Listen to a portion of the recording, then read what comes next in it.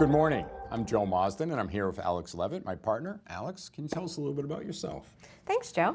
Hi, everyone. My name is Alexandra Levit, and I'm a business and workplace author, speaker, consultant, and futurist. I'm also the founder and chairman of DeVry University's Career Advisory Board, which we established in 2010 in order to empower employers and their employees to do their best work.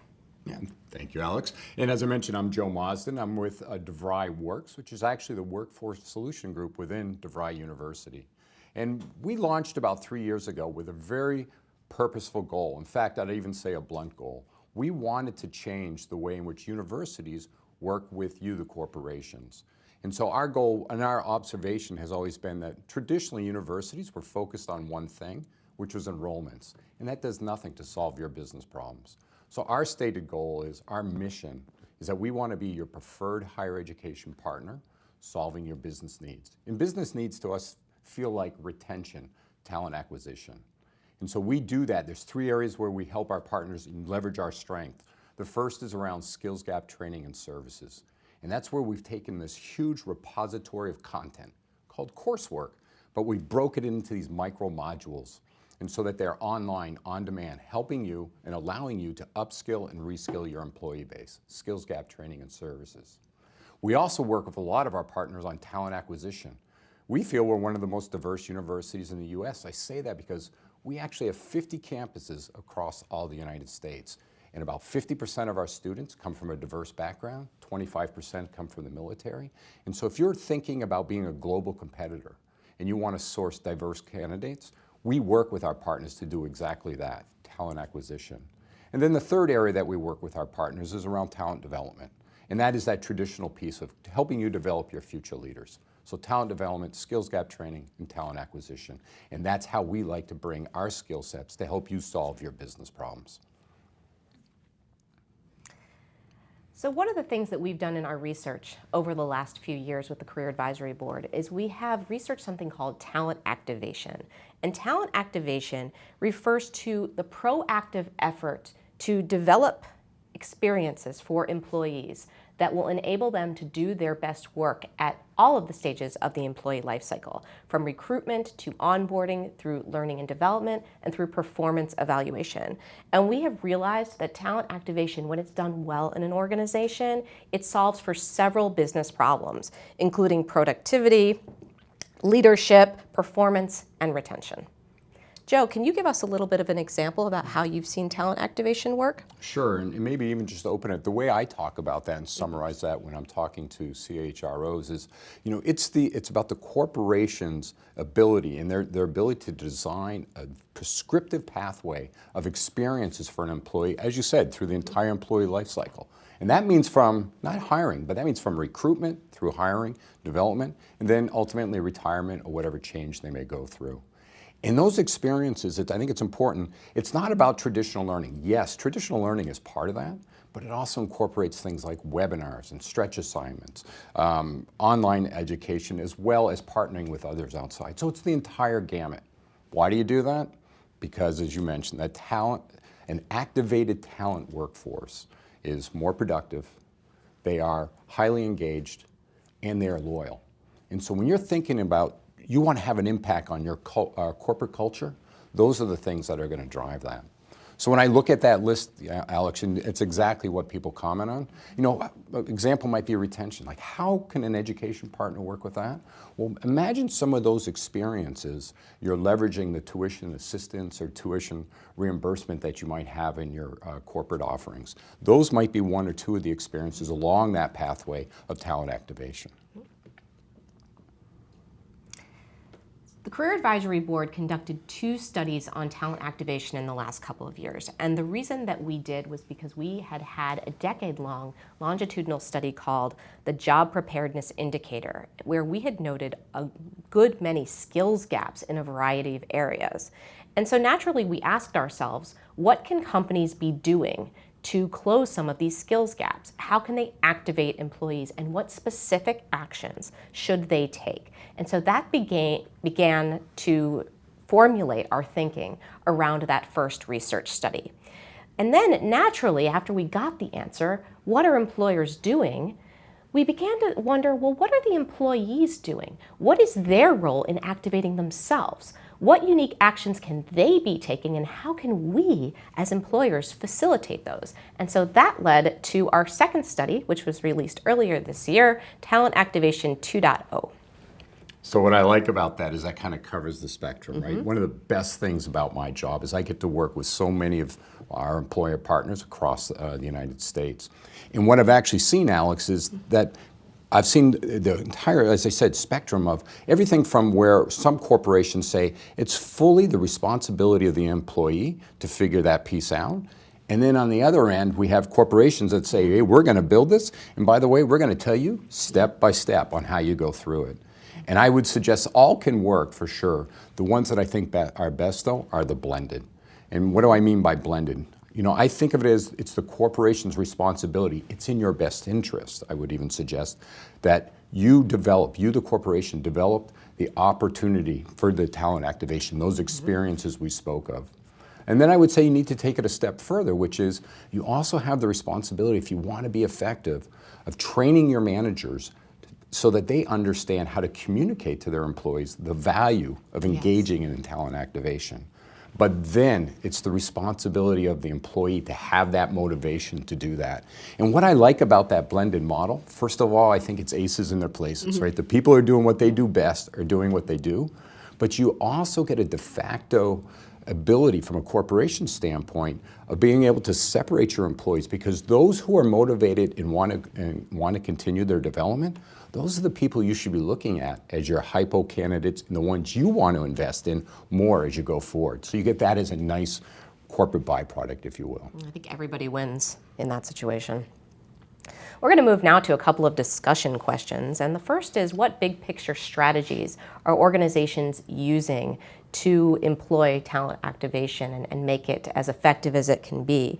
And as we've been talking about, our board members echo what Joe has been saying, that a variety of learning strategies are essential. Everything from in-person courses where you might have a large group of people come together for training, to massive open online courses that are collated perhaps by someone within the organization and of course vetted to make sure they're accurate and helpful.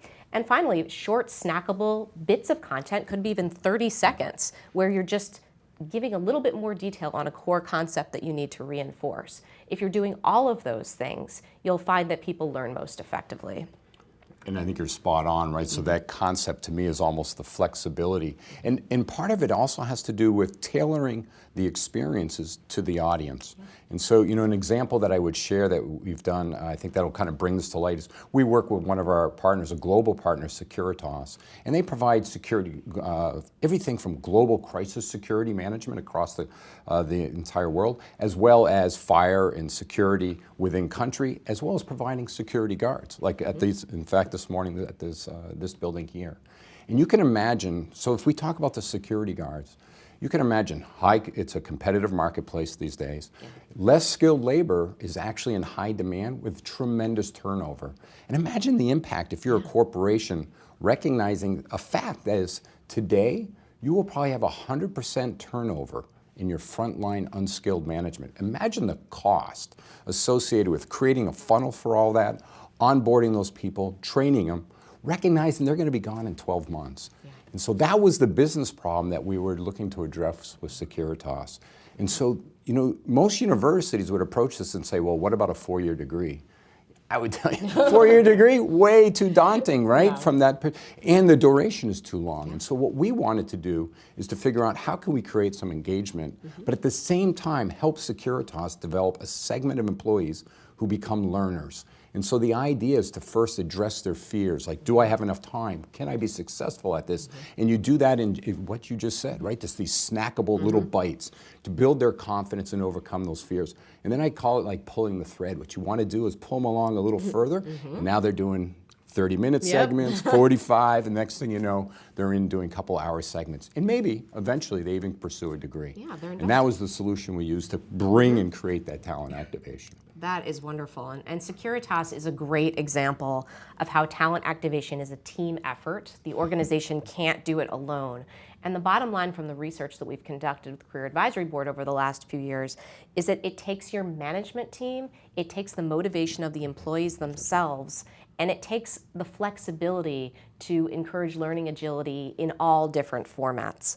What we really want to see more of is employees taking charge of their own development. Our last research showed, unfortunately, that only about a quarter of respondents, these are hiring managers, believed their employees were proactive enough in taking ownership. And so that's an area where we can do a little bit better.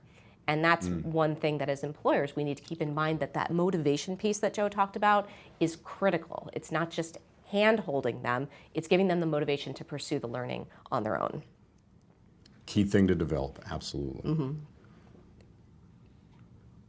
So the next discussion question is, how are corporations using reskilling and upskilling to better leverage talent activation? Now, the first thing we want to do here is define upskilling and reskilling, because everybody has a different definition. So when we're talking about upskilling, we are talking about remaining in the same role, but doing something slightly different, broadening your skill set, doing something that might be more strategic. But overall, you've got the same job. Reskilling, on the other hand, is where a job disappears, perhaps due to automation, and you have to train somebody in a completely new role. And that is, together, is how we foster talent activation. Now, skills gaps are a huge problem. Our research the first year in 2018 indicated about 77% of our respondents felt that there were significant skills gaps in their organization. And as Joe said, that's on the front lines, of course, but it's also middle management and executive management are showing skills gaps. Where are they happening? Everywhere, from technology and digital fluency to communication to general business acumen. And so upskilling and reskilling are really an effective way to close those skills gaps. Not a doubt about it. And just to confuse things a little bit more, I actually share an example that's about both reskilling and upskilling. Oh, great. So one of our partners is Chartwells. And Chartwells is a food service provider. They provide the lunch service, if you will, for elementary schools all across the United States. They have a great problem. One is they don't have enough managers, and the reason they don't have enough frontline managers is because they're growing so fast. So a good problem to have for any corporation. And so in this particular case, what we wanted to do is try to figure out, okay, this was a little more in the sense of traditional education, because you had good employees, but you wanted them to have some new skills, but you also had a lot of employees that you actually wanted to put into new positions. So reskilling and upskilling taking place. And the challenge for us in this one was, okay, this was more about tailoring to the environment, the learning environment for our particular partner. As you can imagine, if you're focused on the elementary school or the school cycle, you have a lot more different cycles than you might in other industries. September is a fairly busy month if you're in the school business, because there's a lot going on. It's the first time out. So what we needed to do was to be able to tailor a few things, understanding that a degree may be the end game in this particular case, but that the traditional way in which somebody may pursue it had to change so that we could adapt to their learning environment. So we put those in place. We also added some of the skills gap training and services I was sharing. And then to create some excitement and some engagement, we also put in place some scholarships so they could help drive awareness, get some engagement and some fun out of it, and to help some people out financially. We wrapped all that together so that they could now start to solve their business problem. It wasn't about going back to school. Their business problem was they were looking for their next first-line managers of the future. And I think we kind of did okay, and I'll tell you why. If you could give me a slide. So I say I think we did okay because when I see a slide like this coming from one of our partners who's calling out they had a business problem, that through their partnership with DeVry University, with DeVryWORKS, they were able to solve that, and they're now developing the future leaders of what they need for America. I feel like, yeah, we got a home run on this one. This is the type of work we're very proud to do, and we get excited about doing. It's great to see when a program that's so complex can actually make a real difference in people's lives. Absolutely.